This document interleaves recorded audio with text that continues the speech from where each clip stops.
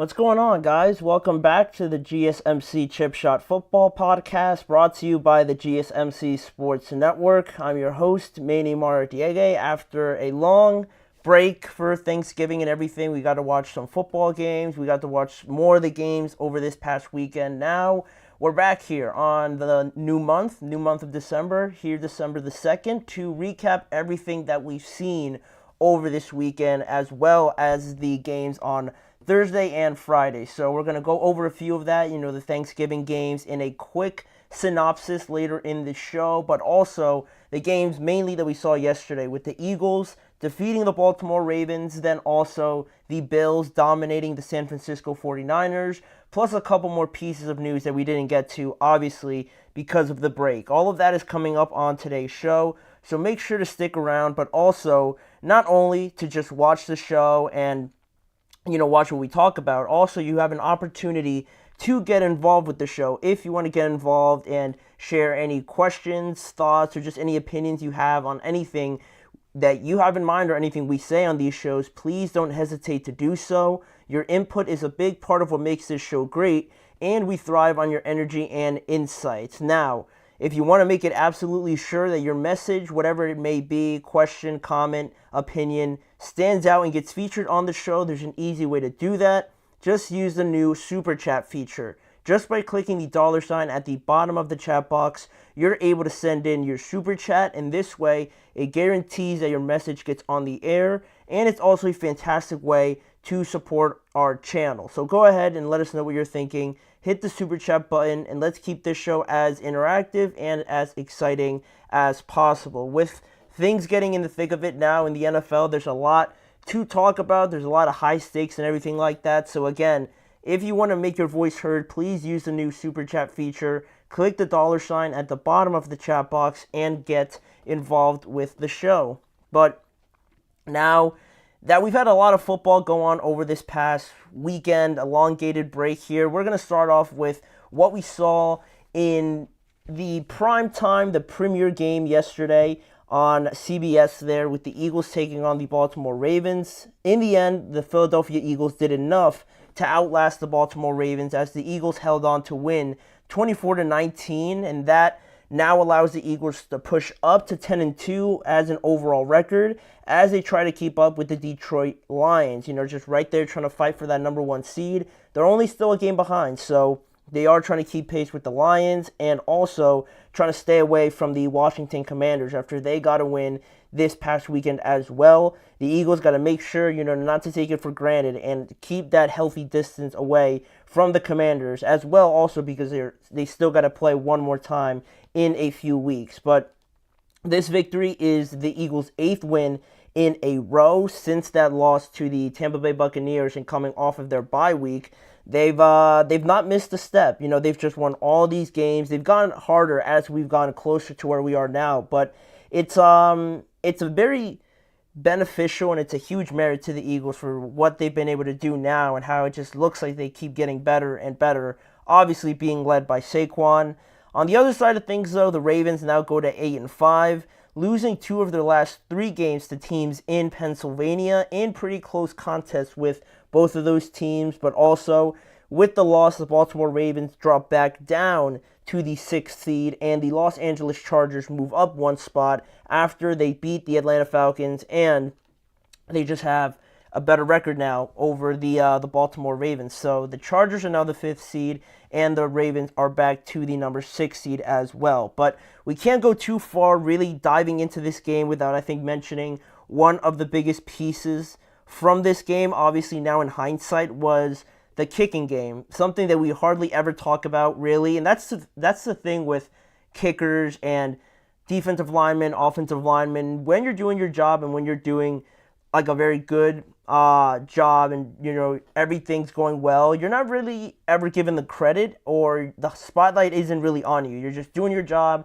going about it, and nobody really gives you any credit. But that's the life of a lineman or of a kicker or anybody like this, right? You don't really get to notice them until things go drastically wrong, and it seems like things are turning that way for Justin Tucker and the Baltimore Ravens, because the game yesterday we saw a lot more of the mishaps that happened following Justin Tucker throughout 2024. Yesterday, looking at the kind of misses that he had 3 total misses yesterday, 2 field goals and 1 extra point, all missed yesterday, obviously totaling up to 7 points. And if things play out exactly the same, you look at the score, only a 5-point loss, probably they'd be in a better spot, at least you could say, to win this game potentially. If Justin Tucker only misses 1 or doesn't miss any, obviously the Ravens would have had a better shot in this game. And that's in hindsight, right? You never really know how things play out, but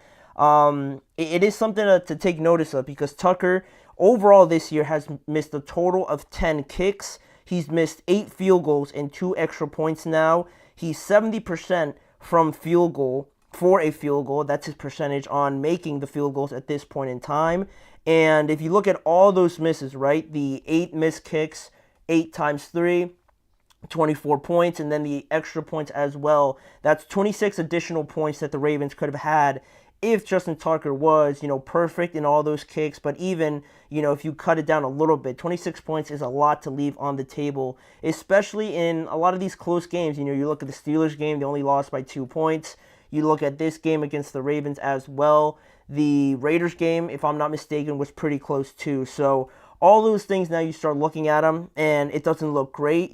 From 50 plus so far this season, he's only 4 of 9, and he's 5 of 8 from 40 to 49 range, where you always used to talk about Justin Tucker in a light where you're talking about 55 plus, 60 plus. You're looking at the only guy that could make it, probably Justin Tucker, and now it really hasn't turned out that way this season, unfortunately. But I don't think the Ravens are gonna, just abandon ship or anything like that, at least not according to John Harbaugh. But I think it is something to have a conversation about, at least, because when you're talking about close games, when you're talking about, like the games with the Chiefs and all the close games they win, right? They're not suffering from missed kicks, obviously, like that with Harrison Butker. So could you imagine if maybe they had some kicking problems like that, where they would be in terms of records? It usually makes a difference. And when we're talking about the playoffs and things like that, you want to feel good getting over that 40-yard line, thinking and knowing that your kicker's going to make it. So it is something that is interesting going forward for the Ravens. But overall in this game, it just wasn't about the kicking game, right? Anthony Manzano, welcome to the show. Do you think fans overreact when they see an opponent plant their flag in the middle of the home field? Because I feel fans overreact. It's not the opponent's fault that you couldn't defend your own home field and get blown out like you did and allow them to plant the flag in the middle of the field. I 100% agree with that. There were so many of them while I was watching college football or watching the highlights. Like 5 or 6 different games ended the same way, with somebody planting the flag and just a fight breaking out. But I mean, yeah, I completely agree. I think that if you don't want that to happen, just win the game, right? And it's obviously easier said than done, but if you don't want the other team to feel great after beating you on your own home field or something like that, just play better and really, I guess, in a way, care about it more, so you try to avoid that at all costs, right? You'll literally do anything rather than seeing something like that happen. And I think people do overreact to it. I don't think it should be banned or anything like that. I think that's going a bit too far. But I mean, yeah, it's part of the rivalry. It's part of what makes the games more intense, more fun to watch. And when you do see something like that, obviously you don't want to see fights and people getting hurt at the end of the day. But yeah, I mean, that's what it elicits. And I think it's good for the sport, honestly. It's good for college football in a time where I think a lot of people will say that fans and organizations and programs aren't really loyal anymore. People will just go there for a season and then just leave and not really care about it. At least it kind of shows you that some people do care about it. But yeah, I do agree that it's a bit of an overreaction to kind of freak out about it like that. I don't have a problem with it. And again, just settle it on the field, right? If you don't want that to happen, don't get embarrassed on your home field, is the way I see it. But that is a good question. I did see a lot of it, and the reactions were a bit of an overreaction. But sticking with this game, the game kind of played out in a defensive manner. And the biggest thing I wanted to highlight here with that was the fact that, I mean, you look at the numbers that Lamar posted, not bad numbers really, but the thing that I just kept kind of noticing about Lamar in this game was that a lot of the times he would hold the ball for like maybe over an amount of time that he should. And I don't think he has a problem with holding the ball too long. I just think that there was a lot of indecisiveness that I saw from Lamar, and with him scrambling a lot, it almost looked like he wanted to run. And then afterwards, after the game, he mentioned how there was a lot of developing routes that he was just kind of waiting for to kind of, just play itself out. And that's why he didn't, run too much. And he kind of made it pretty funny afterwards when he said that his mom kind of called him out on it. But I think there's a lot of truth in that. I think it's always like an internal battle, I guess, with Lamar, with overrunning too much, just putting your head down and running, or waiting for those routes to develop. But then also, you might be holding it too long, and the indecisiveness there isn't really beneficial. So I feel like I saw a lot of that where he was trying to keep plays alive, waiting for those routes to develop, but also just not really being 100% on running. Do I hold it? Do I try to force this throw? There was a lot of throws that he did miss as well, which aren't great, but I think it's a lot of credit to the Eagles as well. Their defensive line was awesome yesterday. Just the front four, the fact that they didn't have to bring in more bodies in to kind of stop Derrick Henry, they were able to keep everything in front of them, play too high,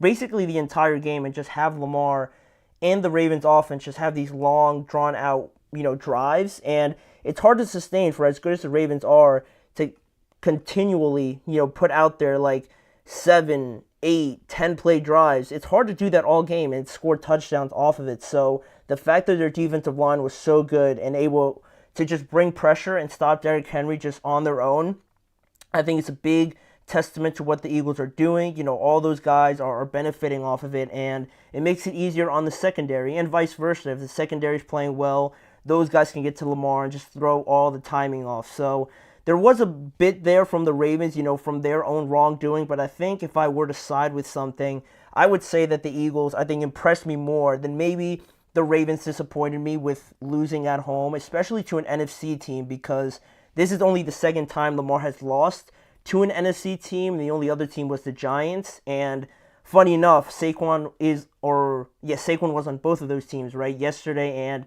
with the Giants. So, it is definitely something you don't want to see, for as impressive as that record was. But, the Eagles, I think, more so impressed me than maybe the Ravens disappointed me in this game, because it feels like it's always the same thing with the Ravens. Like you know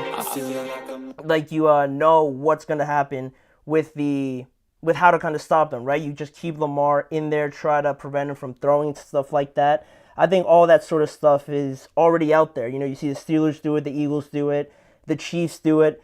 The blueprint is out there. So for the Eagles to come in here, execute it, and then also best a pretty decent defense, I think it has a lot of credit to them as well. So they get a big win. They continue their win streak, and now the Ravens kind of try and regroup and get things, a little bit under control as they get going for the rest of the season. But we are going to go to a break right now, and when we return, we're going to talk about some Sunday night football. The Bills clinched the AFC East title while destroying the San Francisco 49ers along the way. What did we learn from it? What was the biggest surprise? And is Josh Allen officially the MVP of the season? We're going to get into all of that when we return now after this break. Losing my mind. Is everybody in the world blind? Please, Lord, give me a sign, a sign. I feel like I'm losing my mind. Is everybody in the world blind? Please, Lord, give me a sign, a sign. I wanna be the greatest. Everybody on the fake shit. I look around and feel like everybody is the fakest. I make this every day and I'm impatient, hoping one day I blow up from the basement. Statement, the top is so vacant. I don't hear shit that I think is amazing. Waiting for my day when I'm playing sold out shows for 1,000 faces. Hey, give me that crown, get in my way and to be put down. It ain't your place, all this my town. If I want that shit, then I'll get it right now. I'm losing it, the noose it fits, some losing shit, a stupid myth. You choose to live or choose to dip, you choose to fight or lose your grip and lose a gift. I feel like I'm losing my mind. Is everybody in the world blind? Please, Lord, give me a sign, a sign. I feel like I'm losing my mind. Is everybody in the world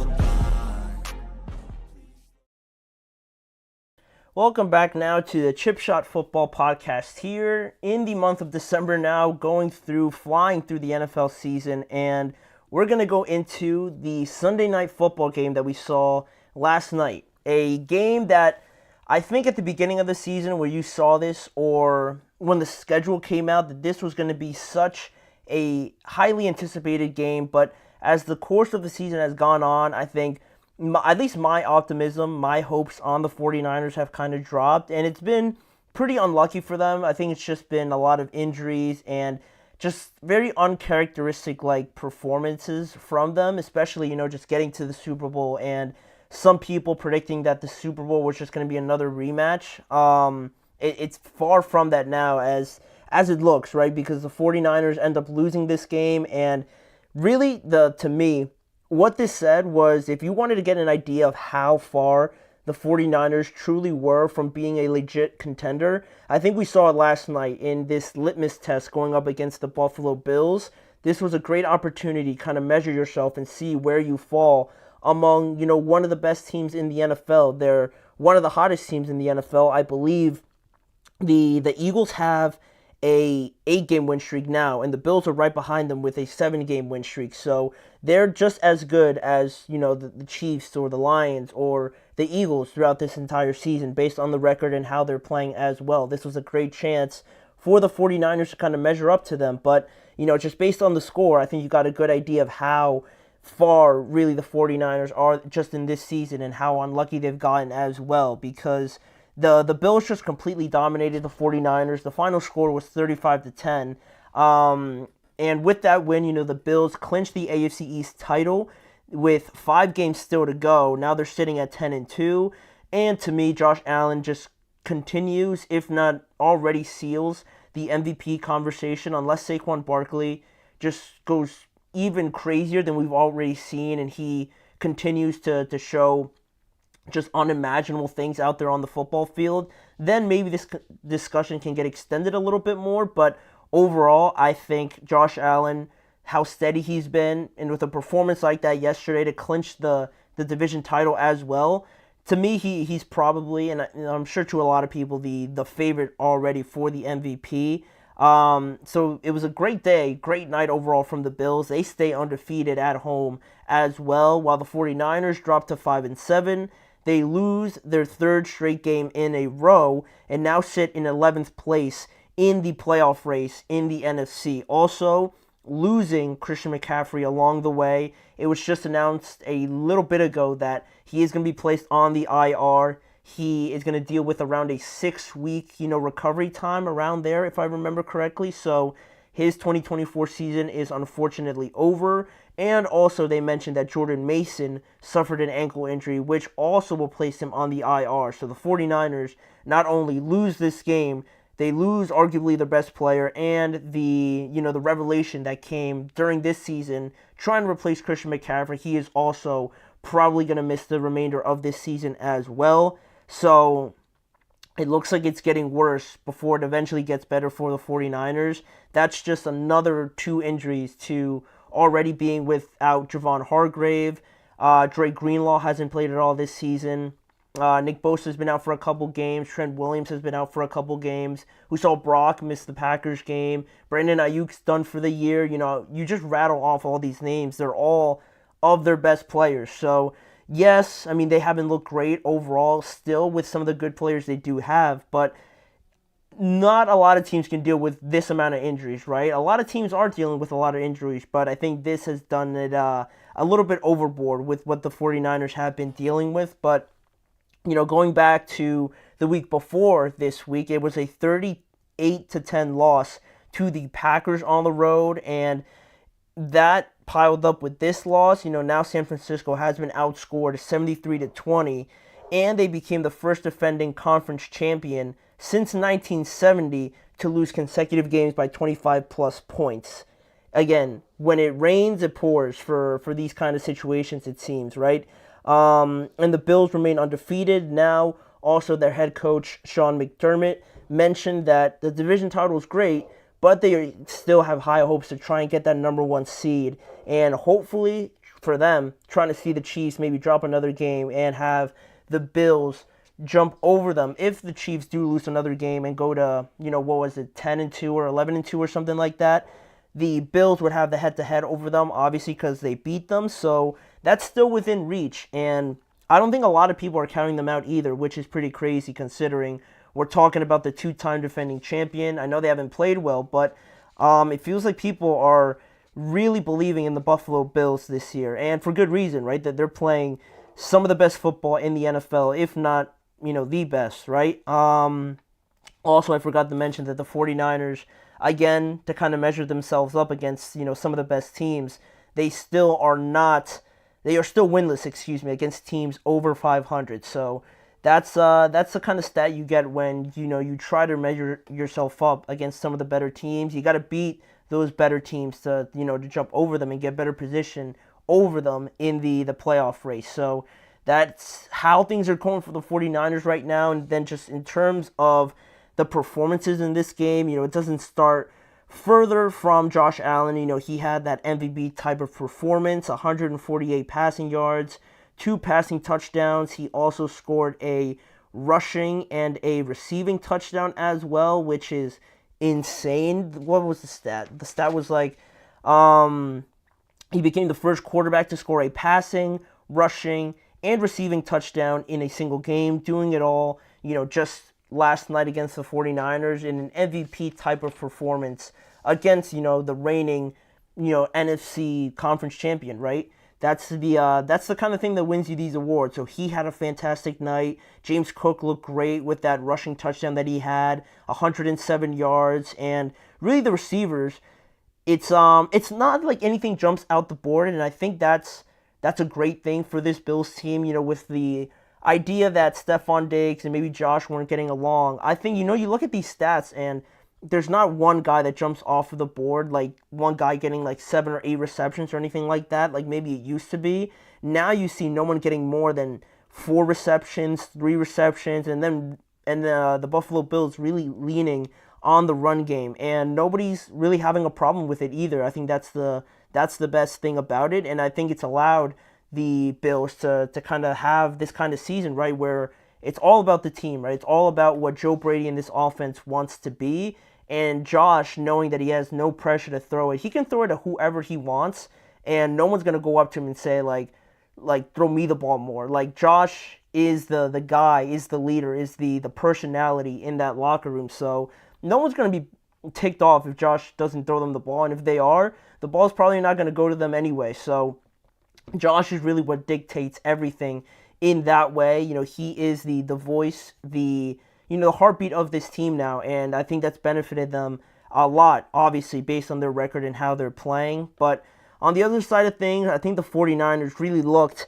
kind of like the Dolphins did on Thursday against the Packers, right? These warm weather teams, when they get around this snow, below 40, 30-degree weather, everything just looks off. They look discombobulated, and I mean, Brock Purdy didn't even have 100 yards in this game. Jordan Mason led all rushers with 78 yards.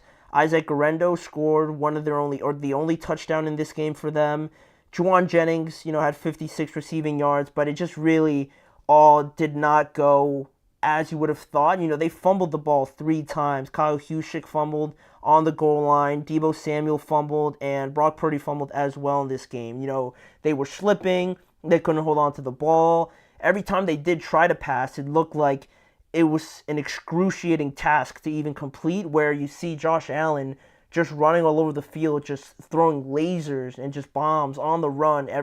All the receivers for the Bills, just everything was on point, whereas with the 49ers, it looked like, they've never played in snow before. So it's kind of a weird thing. I don't really buy too much into it, but it's hard not to when the 49ers lose like this, and then they lose like they did against the Packers, and the Dolphins can't really get a win when it's below 40 degrees outside. It's pretty strange, but really just looking at how the game went down in the end, not too much to report on other than San Francisco actually started off winning this game, but as soon as, that was over, after they got that field goal, the Bills went on to score 3 straight touchdowns, while the 49ers missed 2 field goals during the rest of the first half, and then they went from winning 3-0 to losing 3-21 in the first half alone.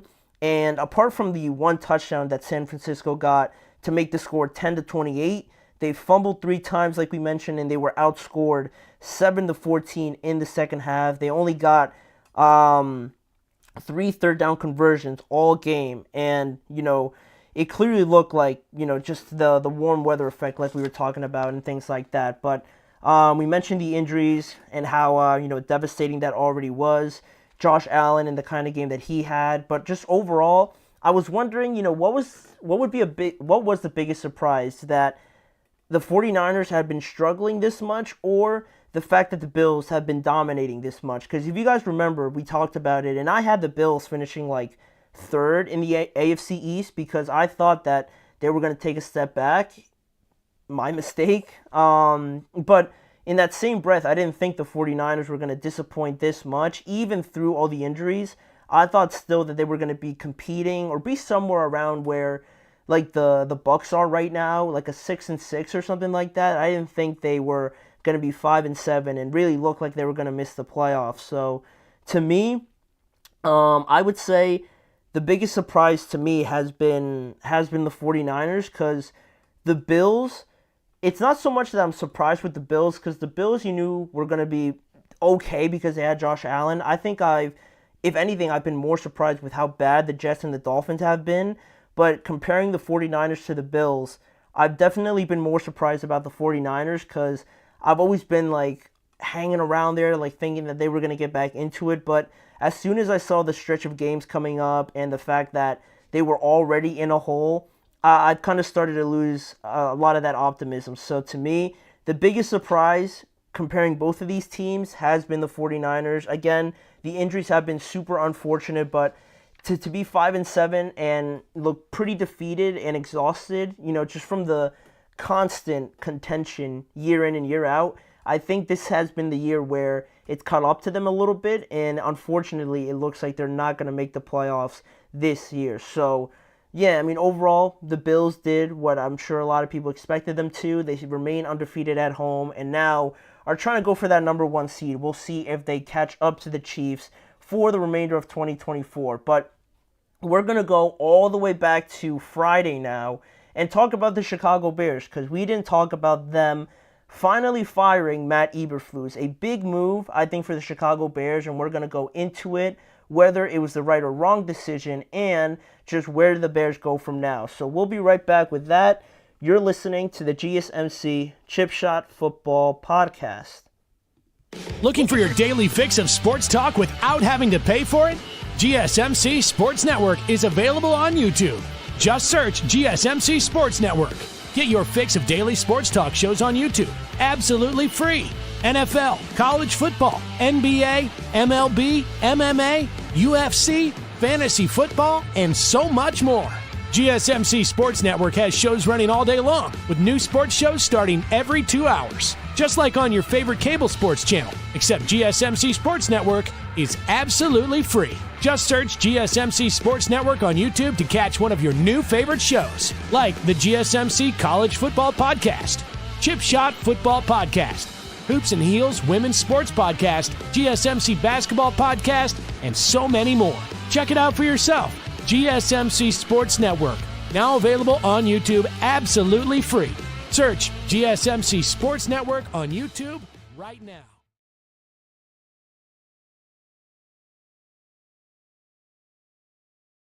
Back here on the action on the Chip Shot Football Podcast here, and we're going all the way back to Friday now of this past week, because obviously there was the Thanksgiving games, and there was a lot, to like, but there was certainly a lot to not like, especially for me, watching the Chicago Bears lose the way they did against the Detroit Lions. And off of that, after just how disgusting and egregious that loss was, the Bears announced on Friday that they were officially firing now their former head coach, Matt Eberflus, after that disappointing end to that Thanksgiving game. And we're going to get into that in just a minute. But, the Bears made history, technically, because they had never fired a head coach during the season before until now.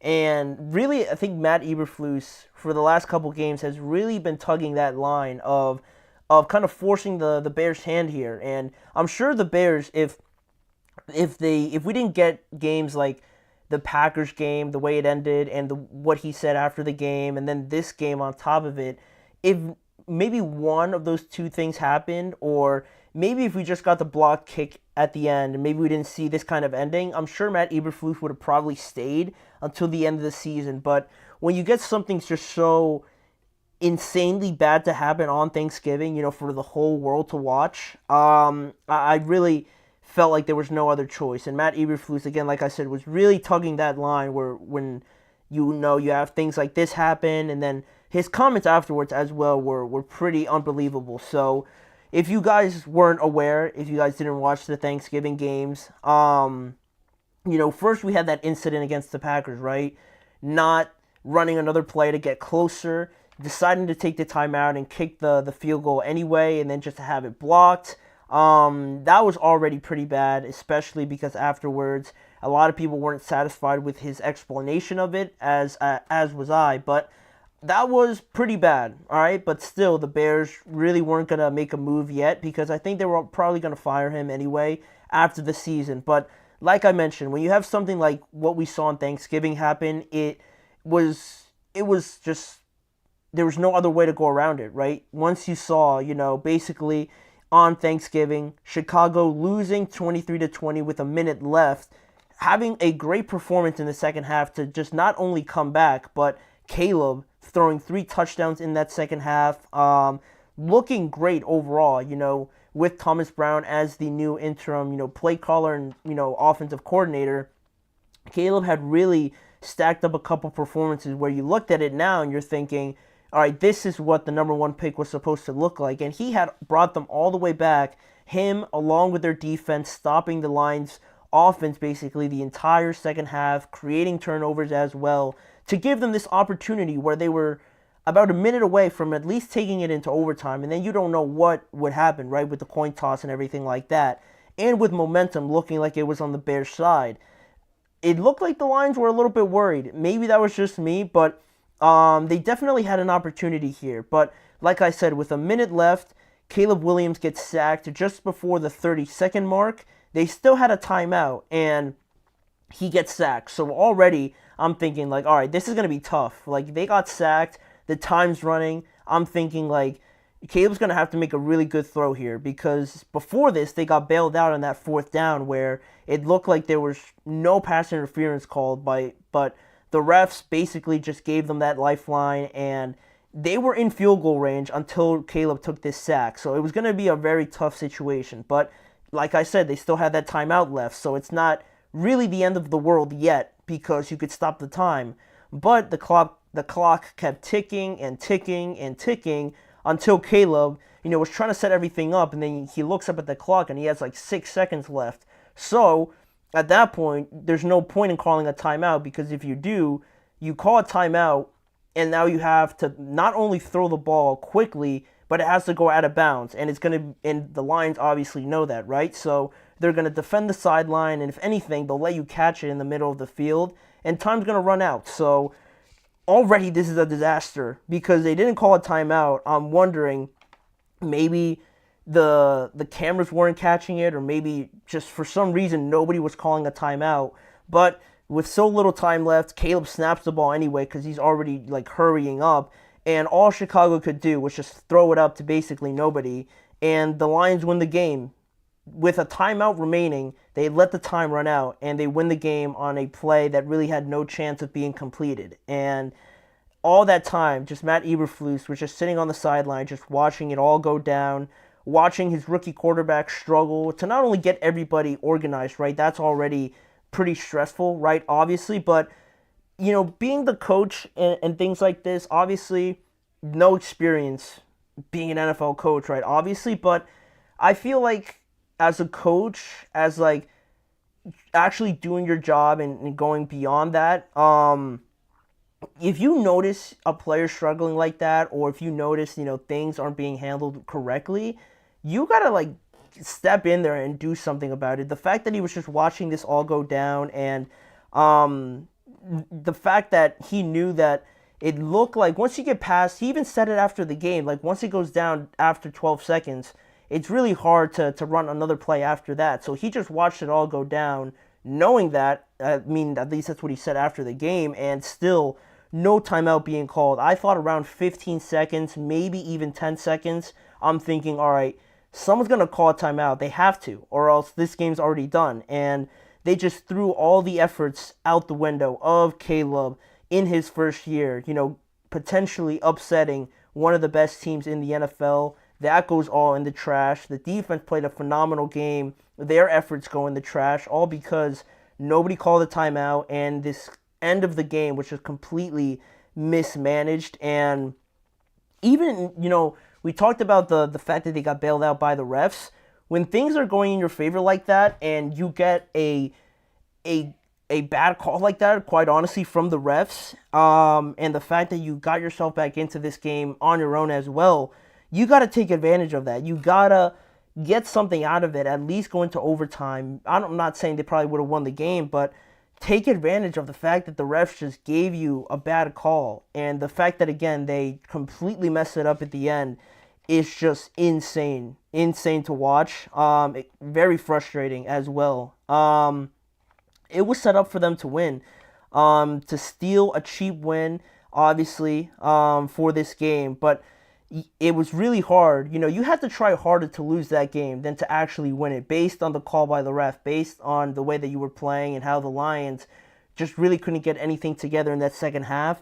You really had to try hard to lose this game, and that's how the Bears ended up, losing this game, right, basically by their own doing. And even Matt Eberflus had the audacity to say after the game that I think we handled it the right way, basically because he wanted to save that timeout to set up the field goal. But once you realize that that plan is out the window, the fact that you don't audible or, change to something, throw all caution to the wind, basically. And if this plan is not going to work, obviously, for whatever reason, you still got to call the timeout because you got to manage it in the right way. But I don't know. It was extremely frustrating to watch. And according to multiple reports afterwards, the locker room, in their words, according to the reports, was ugly. There was guys that were furious, obviously. There was a lot of yelling. Reportedly, also, Jalen Johnson, their cornerback, was emotional and pissed, according to the reports, and he directed a lot of his anger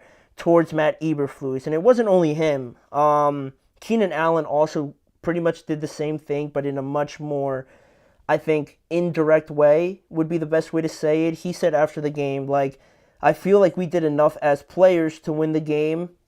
Pretty self-explanatory.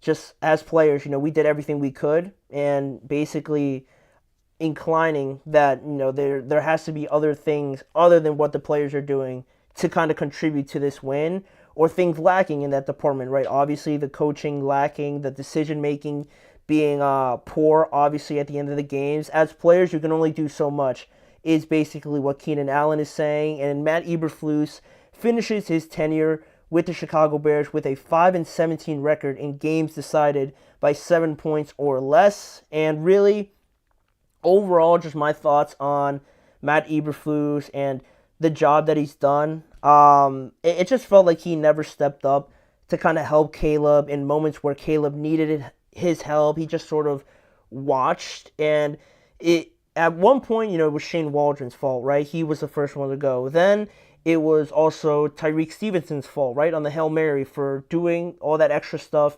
It was his fault that they lost that game, right? Then it was Shane Waldron for mismanaging and calling bad plays.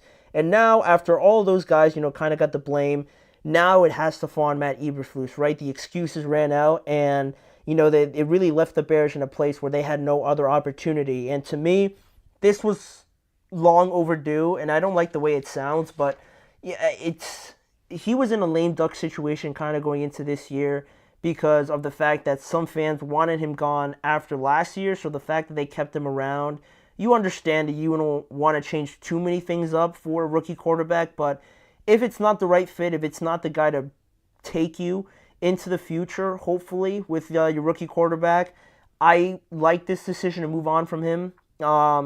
for some people that say that they should have just waited, I don't think it made a difference. I think they're better off with Thomas Brown anyway, calling the plays and really being in Caleb Williams' ear, mainly over Matt Eberflus and the poor decision making that he's gone through all this year. So I think they're better off with Thomas Brown anyway.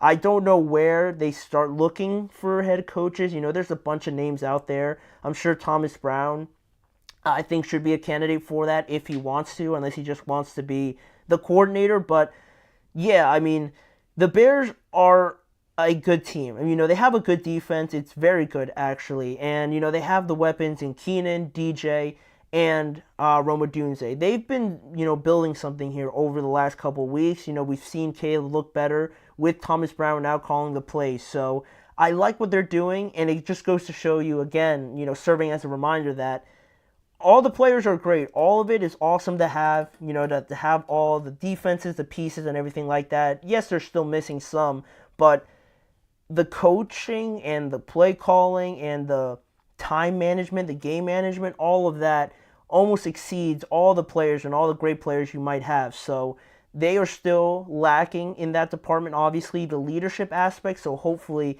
they could figure it out in 2025 sooner rather than later for Caleb Williams. It's going to be the biggest decision this organization has made in a very long time. If they can get this right, then things are going to look a lot different. But if not, it's going to be more of the same disappointing results for the Chicago Bears. So that's what happened back on Friday. But we got to go back even further to Thursday and kind of talk about the Thanksgiving games, because there was some good ones. There was some lessons we learned. I think a lot of takeaways that we had from those games on Thanksgiving. So I wanted to go over each and every one of them as we, start off this new week. So we're going to go back and talk about those Thanksgiving games when we return after this break.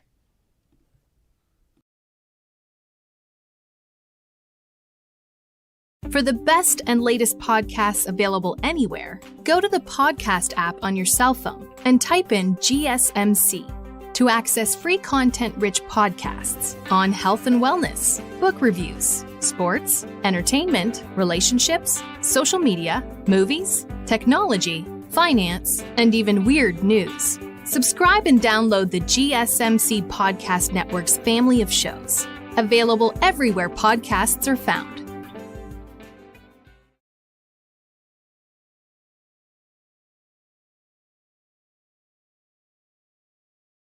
Back here quickly on the Chip Shot Football Podcast to go all the way back to Thanksgiving. There was 3 games on last Thursday, right? Because of Thanksgiving, we usually had the typical Lions game, the typical Dallas Cowboys game, and also the Packers game also being on Thanksgiving. And all of the home teams won. For some surprise, I'm sure there was I heard a lot of people say that the home teams were usually at a disadvantage because of all the extra stuff going around with Thanksgiving and hosting and things like that.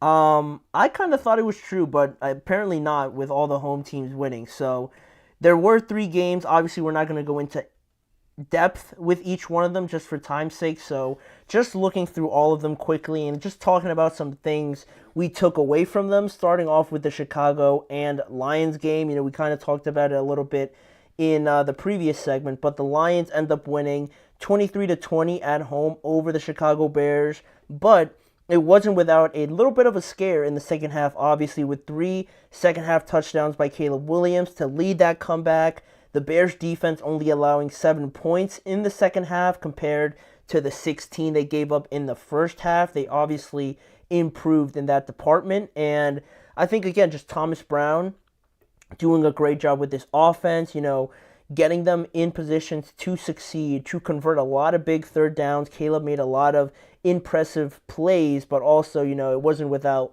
them getting a little bit of help with that pass interference call that really wasn't. But regardless of all of that, I think you could take away more positives in a pretty optimistic way, just because obviously you lose the game in a very awful way, but considering the fact that you did fire Matt Eberflus and, Thomas Brown continues to do a good job, and you were just minutes away, plays away from at least really having a great chance to beat one of the best teams in the NFL, you got to take these moral victories, especially where the Chicago Bears are right now. So, I mean, it's baby steps for them, right? It's falling down a lot along the way, especially this season, the way it's, played out right now. But they're going to get better. I like what the Bears have done already. I like the job Ryan Poles has done. It's just about, obviously, finding the right voice, the right leadership in that locker room. Again, easier said than done, right? But it's one of the biggest decisions that they're going to have to make. So learning from this, just trying to improve on it is going to be huge for them going forward. Then the game that followed this one was the Cowboys and Giants game. Dallas wins its first game at home this season. The Cowboys defense really stole the show in this one. They sacked Drew Lock 6 times and forced 2 turnovers as well. The passing game really wasn't there for Dallas, but they relied on the running game, surprisingly. That's probably the first time we've said that about the Cowboys, but Rico Dowdle had 112 yards and 1 touchdown, while the Giants are still winless against NFC East opponents. They are, 0-4 now against the NFC East. They lost twice to the Commanders, they lost already to the Eagles, they've lost twice to the Cowboys as well. So they're actually 0-5 against their divisional opponents. Just sloppy, basically, overall from the Giants. I feel like I constantly kept seeing Brian Daboll just shaking his head in disgust on the sideline and just not being pleased at all with what he was seeing on the field. They sort of made it close there towards the end, but Dallas did a good job of overall never, at least to me, not while I was watching it, never really feeling like the Giants were thinking this is where the Giants turn it around. It never really felt like that. And it's a credit to the Cowboys, for everything that's been said about them.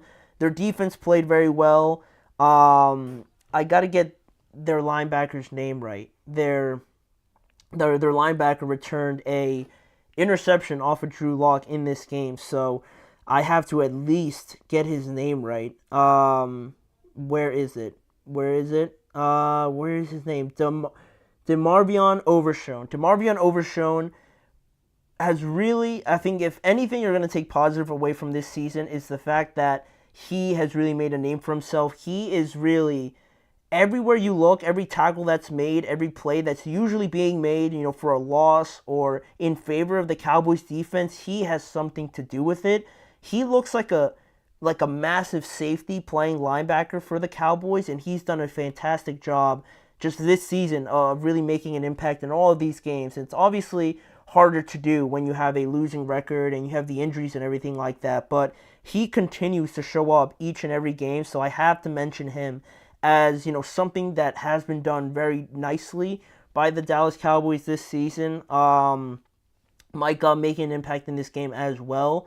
And, getting Brandon Cooks back was obviously a big help for them as well. But all of that to say that there's no way, even still, that this is any sort of late comeback, late playoff push or anything like that. Both of these teams are done. Both of these teams are going to be done playing football in the next 5 to 6 weeks. There's no way I watch either of these teams past the month of December without things going catastrophically wrong for somebody else. So, yeah, this was a nice game for Dallas. Maybe I could even say that they're not too far away from, getting back to being a competitive team like I usually thought before. But, 2024 is done. 2024 is done for them. They're going to finish it off strong, hopefully, for their sake. But it's nothing crazy, they're going to make the playoffs. So that's really what we took away from that game. And just the last one overall was the Green Bay and Miami game. The Packers ended up winning this game 30-17, and they got off to a fast start because Green Bay immediately just shell-shocked the Dolphins in the cold, leading 24-3 at halftime, and it was actually a muff punt by the Dolphins to start off this game where or at least I thought, I'm like, all right, this game could go very bad. If the first opportunity you get, you stop the Packers from doing anything on their first drive, they punt the ball back to you, and you're going to go ahead and fumble and look like you're nervous, like you're not prepared for the cold, for the ball being slick. You fumble the ball away, the Packers recover it, of course, and they score a touchdown. And from that point on, you invigorated life into the Packers, right? Where this game could have been slow, methodical, pretty defensive in the first half. You just gave away a touchdown, and now the Packers, have that chip off of their shoulder. Now all the pressure's on you, knowing that all the eyes are on you because of the cold weather narrative, trying to make a late playoff push.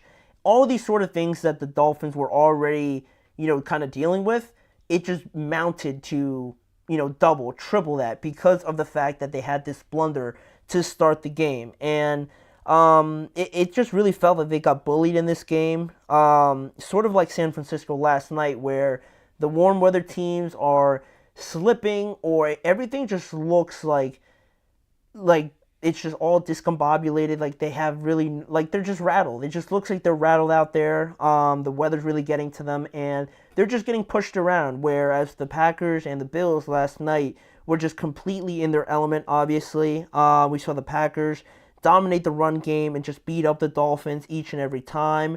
They sacked Tua 5 times and didn't allow Achane or Raheem Mostert to really impact the game at all.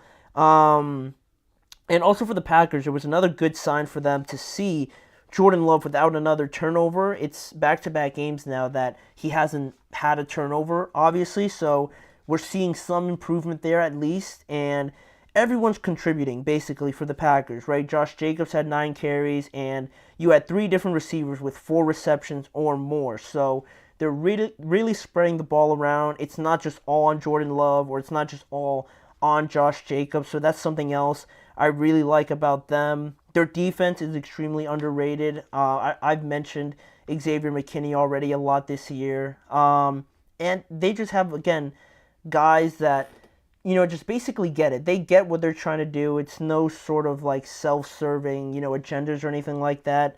The Packers are also another sneaky team that's really getting better as the season goes along. And unfortunately now, again, for the Miami Dolphins, now they're in 9th place in the playoff race, and now they're sitting at 5-7.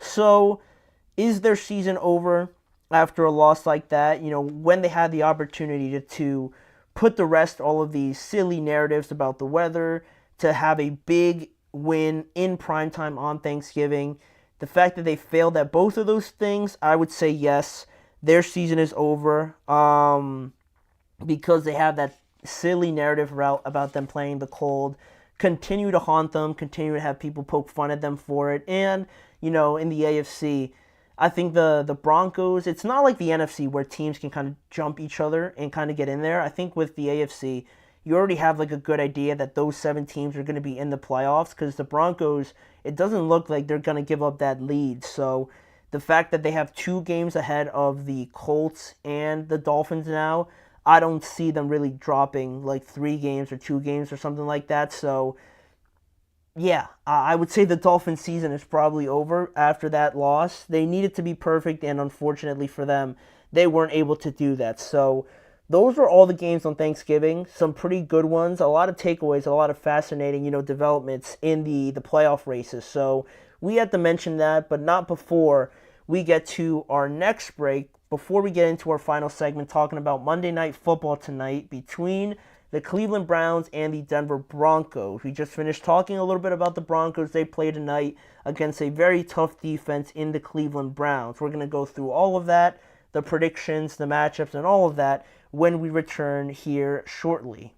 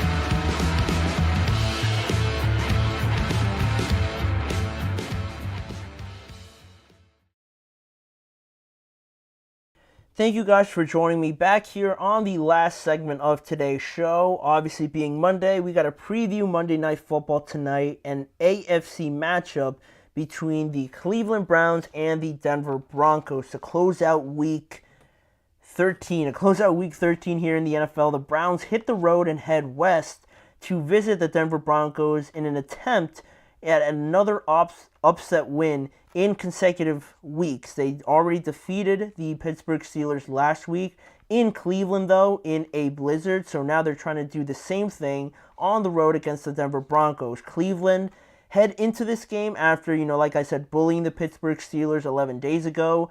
This could be the first time at all this season that they win consecutive games. They're 3-8 right now, and obviously with so little wins, you don't really have an opportunity to stack them. So they have an opportunity to do that tonight, facing off against a rookie quarterback in Bo Nix. But while the Denver Broncos also, in that same breath, look to be 3 games above 500 for the first time since 2021, since opening up that season with 3 victories. They currently sit at 7-5 and hold the last wild card spot in the AFC. And like we just talked about with the Dolphins losing and the Colts kind of still being there, kind of not, depending on if you're optimistic about them, it looks like the Broncos are going to be the last team in the playoffs. But again, I say that, you never truly know, but it's looking like it. It's looking like it's going to be the Broncos, the Chargers, the Ravens, the Steelers, the Texans, the Bills, and the Chiefs.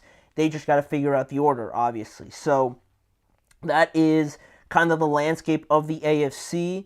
And also in this game, looking at it, it's a reunion between Jerry Jeudy and his former team, the Denver Broncos. After the Broncos traded him this offseason to the Browns, he comes back now to his former home field and is trying to defeat his former team here tonight on Monday Night Football. Also, this offseason, after the trade, the Browns went ahead and extended him right away, so it's good for him, obviously, to get that out of the way and get a contract out of the Browns where he probably wasn't going to get it out of the Denver Broncos, so that's good for him. And he comes in averaging almost 100 yards since Week 8. He's built a pretty good connection with Jameis Winston, so he is definitely going to be looking to continue that hot streak heading into this game against his former team, but he's going to have a huge matchup against probably Pat Surtain in this game, so we'll see who comes out on top. And in terms of this matchup, history is not on the Cleveland Browns side tonight, because Cleveland is 4-14 in games where they play in Denver, obviously against the Broncos, and have gone 2-14 against the Broncos since 1972. So things aren't looking great for the Browns, but you never know. Obviously, they're coming off of a emotional, very nice win against the Steelers, so they are definitely motivated to continue that and stack wins for the first time in 2024. But looking at this Browns team, trying to keep the good vibes going, there are some injuries we have to talk about with the inactive list already coming out for Monday Night Football. The Browns are going to be without a couple of pretty impactful players. One of their usual starting tackles, Jedrick Wills, is not going to be able to play in this game as well. He missed last week's game against the Steelers, and he was questionable going into tonight, but he is going to miss the game finally, as with the inactive list here that I'm looking at.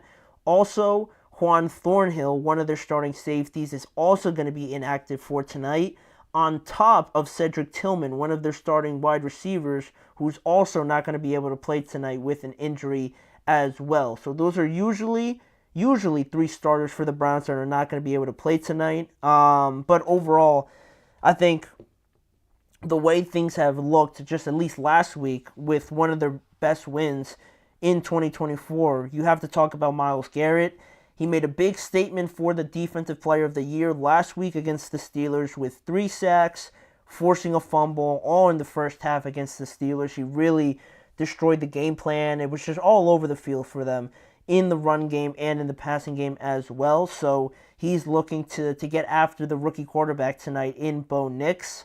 But along with Myles, Jameis Winston has been putting up some solid performances that at least gives them the chance to to win or at least be in these games where, the Browns have nothing to lose, right? They have nothing to lose. They're not really playing for a spot. They're just really trying to play spoiler with all of these games, making the Steelers sweat a little bit, making the Broncos sweat a little bit potentially tonight if they were to lose this game, and then only have a one-game advantage over the Colts or over the Miami Dolphins. That's really what they're trying to do. So they're not really playing with any pressure, and that's when I think Jameis Winston is really at his best, because he's already going to sling that thing and not really care if he's going to throw 1 interception or 5 interceptions. He is really unbothered by that, especially now that there's no real pressure on them anyway. So that is something else to keep in mind, right? They're not going to be playing timid. They're not going to be playing, tight or anything like that.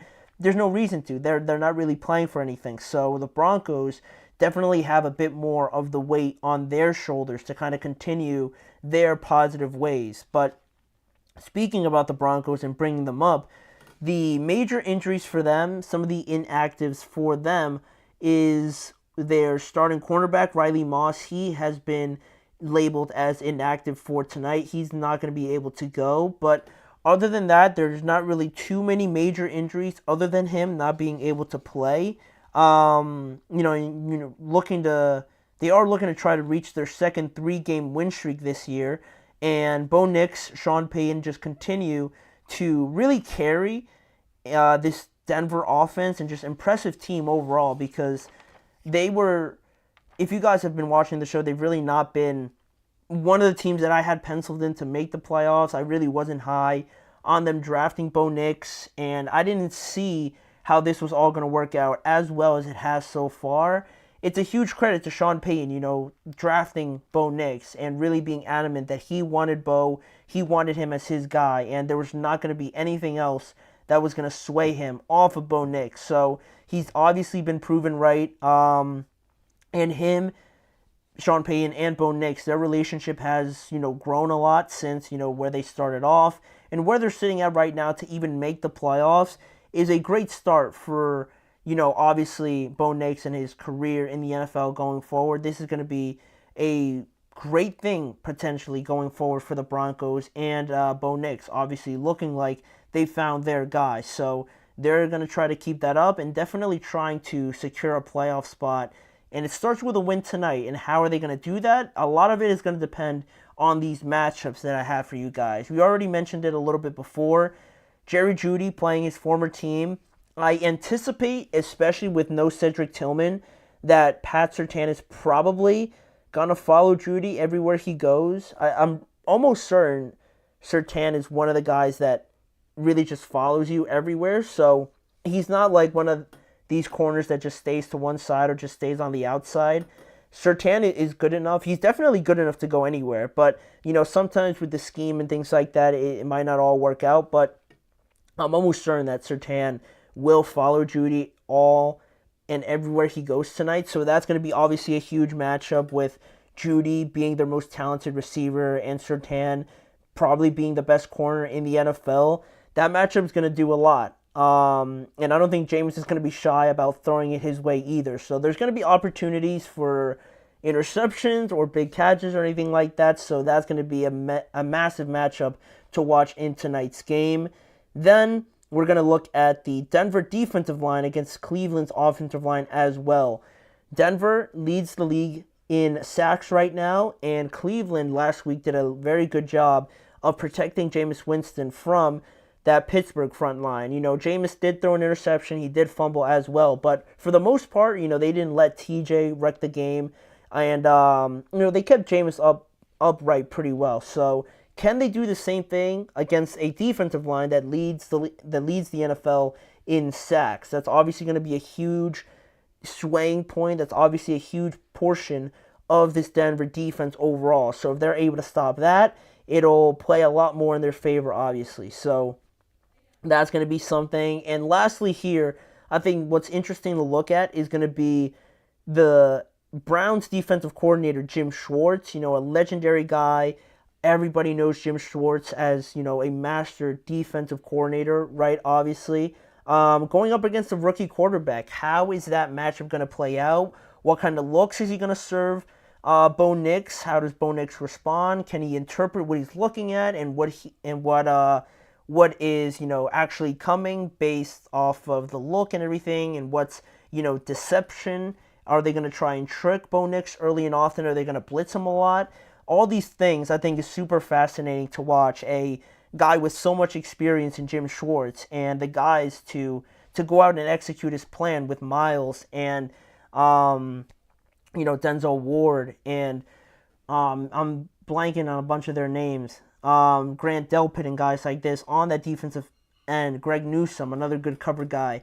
He has the guys to do it and blitz and get after quarterbacks and things like that. So I'll be interested to see, how the rookie responds and, how Jim Schwartz approaches attacking him as well. So that's going to be a fascinating matchup to watch as well. But in terms of who's going to win this game, I'm going to go with Denver. I'm going to go with Denver because of the fact that I think they're going to get after Jameis Winston a lot more, and I believe that the fact that Pat Surtain is going to really take away Jerry Jeudy, I think it'll force Jameis into a bit more dangerous throws, some more pressured, contested situations where I think Denver's going to take advantage of it where the Steelers really didn't last week. And the fact that it's on the road as well in Denver, Cleveland are 1-4 on the road this year as well and haven't been able to stack wins really. So I think Denver barely gets it done. It's going to be tough, right, because of the rookie going up against, a guy like Jim Schwartz. But I think Denver has enough to get it done.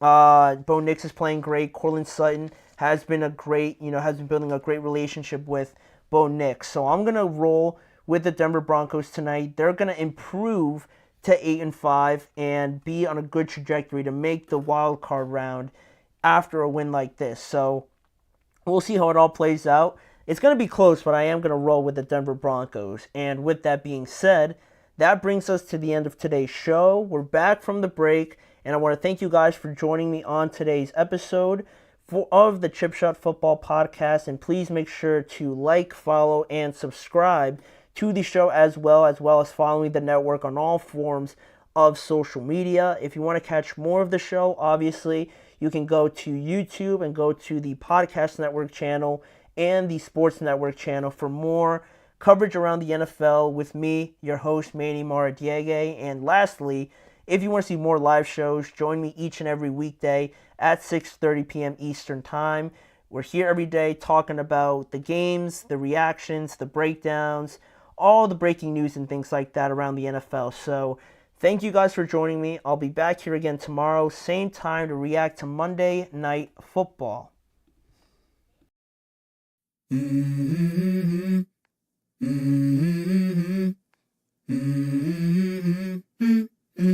Let's go. I wake up to a little bit of drool on my pillow, feel like it's gonna be a bad day. Yeah, I'm tired of shit, and the coffee ain't hit yet, damn, ain't that great.